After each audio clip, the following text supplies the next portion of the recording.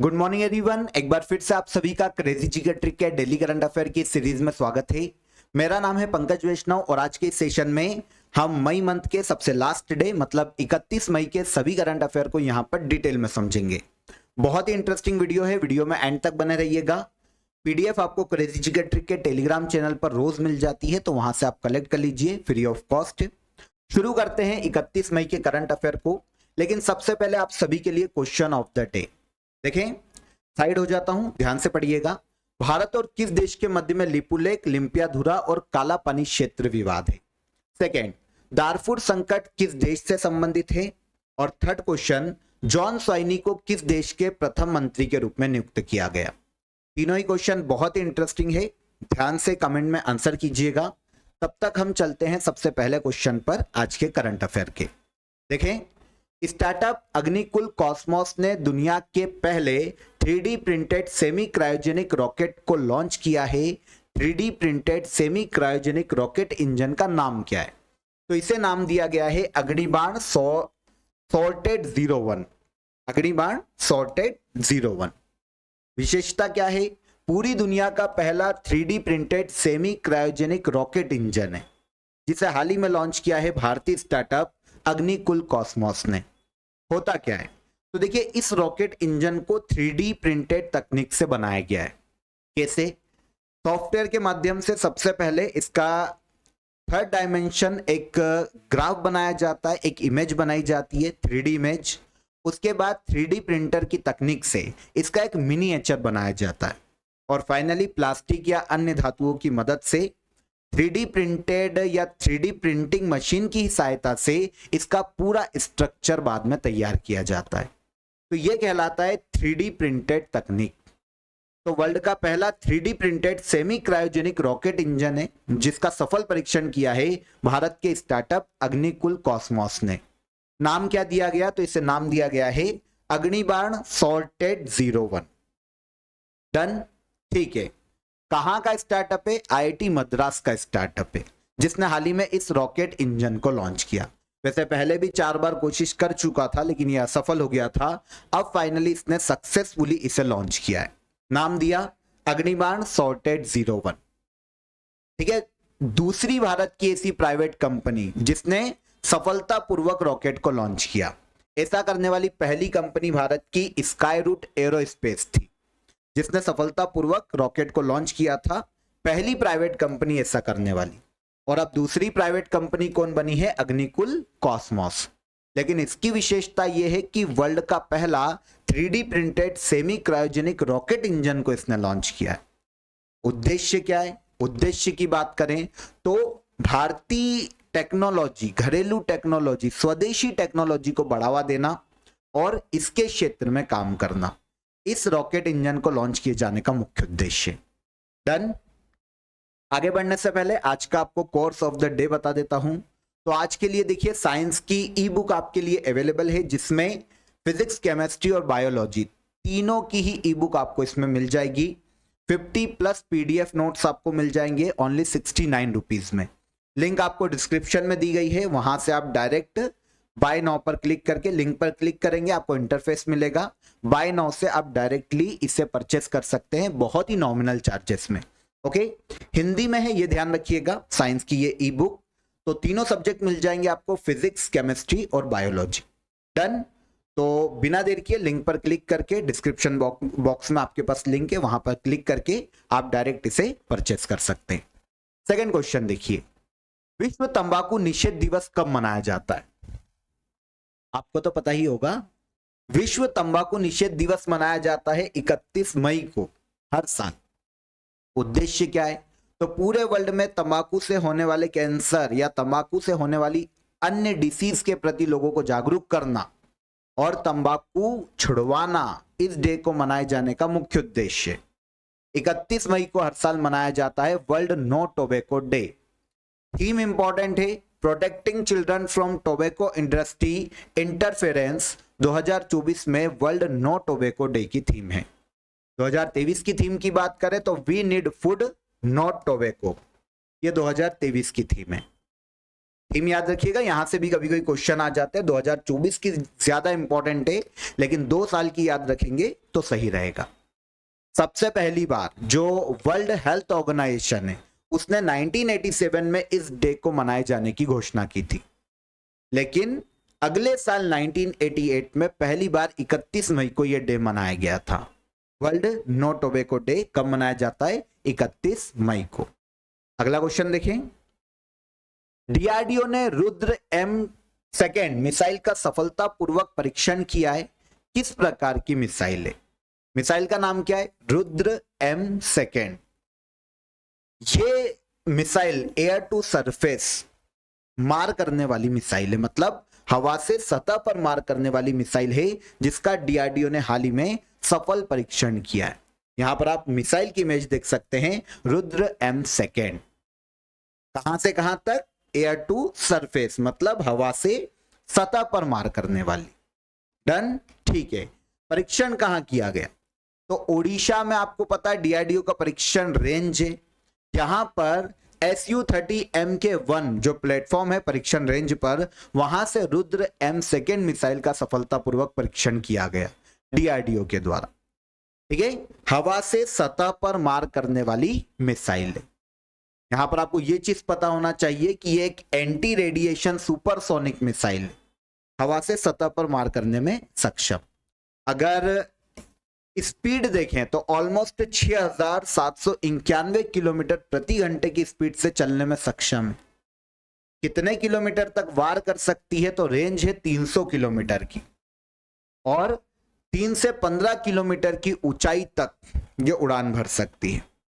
ठीक है ना, तो रेंज कितनी है? 300 किलोमीटर तक है। रुद्र, पूरा नाम क्या है? रुद्र M2। किसने सफल परीक्षण किया? डीआरडीओ ने। आरबीआई की वार्षिक रिपोर्ट के अनुसार वर्ष 2023-24 में आरबीआई की शुद्ध आय क्या है? तो आरबीआई ने हाल ही में अपनी देखिए एनुअल रिपोर्ट को जारी किया है 2023-24 के लिए, और इसमें आरबीआई ने उसकी शुद्ध आय बताई है आरबीआई ने, जो कि 2.11 लाख करोड़ रुपए। ठीक है, आंसर हो जाएगा आंसर डी, 2,11,000 करोड़ रुपए शुद्ध आय है किसकी? आरबीआई की। कब? 2023-24 के लिए। वैसे देखिए इंटरनली डेटा रिपोर्ट का नहीं पूछा जाता है, पर आपको आय तो याद रखनी चाहिए। ठीक है, 2,11,000 करोड़ रुपए। ठीक है, 30 मई को आरबीआई ने अपनी वार्षिक रिपोर्ट या एनुअल रिपोर्ट को जारी किया 2023-24 के लिए। कुछ चीजों को हाईलाइट किया है, जैसे फाइनेंशियल ईयर 2024 में आरबीआई की शुद्ध आय 2,11,000 करोड़ रुपए है, जो कि पिछले साल 87,420 करोड़ रुपए थी, मतलब बढ़ गई। ठीक है, कहां से आया है पैसा? तो सबसे पहला तो फॉरेन एक्सचेंज ट्रांजैक्शन से 83,616 करोड़ रुपए की प्रॉफिट इनको मिला है, और इसके अलावा फॉरेन सिक्योरिटीज से भी ब्याज आय बढ़कर 65,328 करोड़ रुपए हो गई है आरबीआई की। तो ऑल ओवर मिलाकर देखें तो इनकी जो आय है 2,11,000 करोड़ रुपए हो गई है। ठीक है, फाइनेंशियल ईयर 2023-24 में आरबीआई की बैलेंस शीट का आकार 11.08% बढ़ा है, और यह बढ़कर ऑलमोस्ट 70.48 लाख करोड़ रुपए तक पहुंच गया। ठीक है, हमको शुद्ध आय चाहिए थी, वही इंपॉर्टेंट है, तो वो हमने देख ली 2,11,000 करोड़ आरबीआई की शुद्ध आय है 2023-24 में। बहुराष्ट्र युद्ध अभ्यास रेड फ्लैग 2024 का आयोजन किस देश में किया जा रहा है? रेड फ्लैग 2024 जो कि बहुराष्ट्र युद्ध अभ्यास है, मतलब 2 से ज्यादा देश इसमें पार्टिसिपेट करते हैं। इसका आयोजन किया जा रहा है अमेरिका में। एयरफोर्स की जॉइंट एक्सरसाइज है ये। ठीक है, मतलब जिसमें 2 से ज्यादा देश भाग लेते हैं, मतलब मल्टीनेशनल वॉर एक्सरसाइज आप इसको बोल सकते हैं। आयोजन अमेरिका करता है। अभी सुर्खियों में इसलिए क्योंकि भारतीय एयरफोर्स इसमें भाग लेने के लिए हाल ही में अमेरिका पहुंची। रेड फ्लैग 2024 शुरुआत की गई थी 1975 में, अमेरिका में आयोजित की जाती है। जो यूएस एयरफोर्स है वो इसका आयोजन करवाती है। इसके जो मित्र राष्ट्र अमेरिका के वो पार्टिसिपेट करते हैं रेड फ्लैग नाम की जो वॉर एक्सरसाइज होती है उसमें। 2024 में हो रही है, तो इसको नाम दिया गया रेड फ्लैग 2024। आगे आते हैं। हाल ही में जिबूती में जिबूती फ्रेंडली मॉस्किटो प्रोग्राम शुरू किया गया। यह प्रोग्राम किस बीमारी के रोकथाम के लिए है या किस बीमारी से संबंधित है?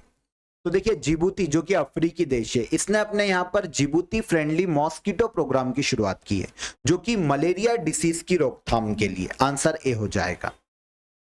होगा क्या, समझो। अफ्रीकी देश है जिबूती जिसने इस प्रोग्राम को शुरू किया है। उद्देश्य क्या है? तो एनोफिलिस स्टीफेंसी जो मच्छर की प्रजाति है उसके प्रसार को रोकना, क्योंकि ये मलेरिया के सबसे बड़े वाहक है। ठीक है, ये जो मच्छर की प्रजाति है एनोफिलिस स्टीफेंसी, ये प्लाज्मोडियम फॉल्सीपेरम और पी विवेक्स मलेरिया दोनों के संक्रमण के लिए जिम्मेदार है। ठीक है, नॉर्मली इस प्रजाति की जो मादा मच्छर होती है उसके काटने से मलेरिया रोग फैलता है और अदर डिसीज फैलती है। तो अब जिबूती करने क्या वाला है? जिबूती ने क्या किया है, इस प्रोग्राम के तहत एनोफिलिस स्टीफेंसी मच्छर विकसित किए हैं लैब में। ठीक है ना, इनमें थोड़ा सा डीएनए में चेंज किया गया है और फ्रेंडली मॉस्किटो प्रोग्राम के तहत इन मच्छरों को डिजाइन किया गया या इन मच्छरों को डेवलप किया गया डीएनए में चेंज के आधार पर। अब ये करेंगे क्या? इन मच्छरों के भीतर सेल्फ लिमिटिंग जिन्स है। जो जितनी भी मादा मच्छर है, मतलब जो मादा मच्छर है एनोफिलिस स्टीफेंसी, इनके साथ इनके बड़े होने से पहले ही ये इनको मार देने में सक्षम। तो डीएनए में चेंज करके एनोफिलिस स्टीफेंसी मच्छर को डेवलप किया है जिबूती ने और प्रोग्राम चलाया है जिबूती फ्रेंडली मॉस्किटो प्रोग्राम, ताकि मलेरिया को रोका जा सके और मच्छरों की ये जो फीमेल प्रजाति है इसको खत्म किया जा सके। किस संगठन द्वारा एशिया प्रशांत रोजगार और सामाजिक परिदृश्य 2024 रिपोर्ट को जारी किया गया? Asia Pacific employment and social outlook 2024 report. इसको जारी किया है इंटरनेशनल लेबर ऑर्गेनाइजेशन ने। आंसर ले लेते हैं, आंसर डी हो जाएगा। रिपोर्ट का नाम सुनिए। देखिए, इंटरनली डेटा नहीं पूछा जाता पर रिपोर्ट आपसे पूछी जा सकती है कि किसने जारी की। तो रिपोर्ट का नाम क्या है? Asia Pacific employment and social outlook report 2024। International labour organisation ने हाल ही में इस रिपोर्ट को जारी किया। रिपोर्ट में इंडिया के पॉइंट ऑफ व्यू से कुछ चीजों को पॉइंट आउट किया गया है। जैसे देखिए, इन्होंने बताया कि एशिया प्रशांत क्षेत्र में जो एम्प्लॉयमेंट पॉपुलेशन रेशियो है वो बढ़ गया है। पहले 57.4% था, ये बढ़कर 58.2% हो गया है 2023 में। क्यों? क्योंकि भारत में जो महिलाएं हैं उनकी रोजगार में भागीदारी बढ़ी। भारत में महिलाएं भी अब बाहर निकलकर काम करने लगी है, ये कहा गया है इस रिपोर्ट में। इसके अलावा भारत में ओल्ड एज डिपेंडेंसी रेशियो की बात करें तो ये अभी 0.10% है, जो 2050 तक बढ़कर 0.22% तक होने का अनुमान है। मतलब जो एजेड लोग हैं उनकी युवाओं पर निर्भरता बढ़ती जाएगी। ठीक है, भारत को दो, ठीक है, ये पॉइंट इतना इंपॉर्टेंट नहीं है, दो ऊपर के पॉइंट याद रख लेंगे तो आपका काम हो जाएगा। रिपोर्ट स्पेशली याद रखिएगा, रिपोर्ट का नाम याद रखिएगा। रिपोर्ट का नाम है Asia Pacific employment and social outlook report 2024 की है। रिपोर्ट कौन जारी करता है? International labour organisation. डन, आगे बढ़ेंगे। निम्नलिखित में से कौन सा देश 2024 से 2026 के लिए कोलंबो प्रोसेस का अध्यक्ष बना है? तो देखिए, कोलंबो प्रोसेस इस संगठन के स्थापित होने के बाद 2 दशक के बाद 2003 में इसकी स्थापना की गई थी। अब 2 दशक के बाद पहली बार भारत को इसकी अध्यक्षता सौंपी गई है 2024 से लेकर 2026 के लिए। तो कौन अध्यक्ष है? कोलंबो प्रोसेस का अध्यक्ष बना है इंडिया 2024 से लेकर 2026 तक। ठीक है, आपके दिमाग में आएगा सर कोलंबो प्रोसेस क्या है, तो इसको समझिए। देखिए, दक्षिण और दक्षिण पूर्वी एशियाई 12 देशों का एक संगठन है कोलंबो प्रोसेस। श्रीलंका के कोलंबो में इसकी स्थापना हुई थी 2003 में। इसमें होता क्या है कि इन देशों के जो माइग्रेंट्स है, जो दूसरे देशों में काम करने जाते हैं, जो रोजगार की तलाश में जाते हैं, जो मजदूर हैं वो जाते हैं काम करने, उनके अधिकारों के संरक्षण के लिए, उनके हितों के लिए इन देशों का, दक्षिण एशियाई और दक्षिण पूर्वी एशियाई देशों का, 12 देशों का एक मंच है, ताकि ये आपस में मिले 12 देश और अपने मजदूर जो बाहर काम करने जा रहे हैं उनके लिए प्रोसेस कैसे स्मूथ की जा सके, उनको कैसे सेफली और लीगल माइग्रेशन प्रदान किया जा सके, और अगर परिस्थिति उलट होती है, किसी देश में हिंसा हो गई, हमारे मजदूर हैं, तो उनको वापस कैसे लाया जा सकता है, इन सब मुद्दों पर विचार करने के लिए पर्टिकुलर ये एक ऑर्गेनाइजेशन है। श्रीलंका में इसकी स्थापना की गई थी कोलंबो में 2023 में, इसीलिए 2003 में, इसीलिए इसको नाम दिया गया है कोलंबो प्रोसेस। 2024 से 2026 तक इसका अध्यक्ष कौन होगा? India. Sustainability champion editor choice award 2024 में किस भारतीय महारत्न कंपनी को sustainability champion editor choice award से सम्मानित किया गया? तो ये कंपनी है भारत की REC, rural electrification corporation. Bharat की महारत्न कंपनी है, सरकारी क्षेत्र की, पावर मिनिस्ट्री के अंतर्गत कार्य करती है। तो इसे हाल ही में sustainable champions editor choice award से सम्मानित किया गया है। ठीक है ना?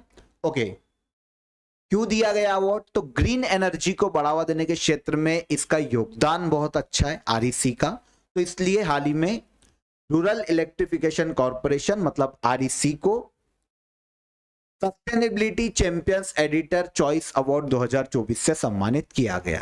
ठीक है, विद्युत मंत्रालय मतलब जो पावर मिनिस्ट्री है उसके अंतर्गत काम करने वाली एक महारत्न कंपनी है, जो कि भारत में पावर प्रोजेक्ट को फाइनेंस देने का काम करती है, उन्हें प्रमोट करने का काम करती है। इस कंपनी की स्थापना 25 जुलाई 1969 में की गई थी। इसके अध्यक्ष और MD के पद पर वर्तमान में विवेक कुमार देवांगन है।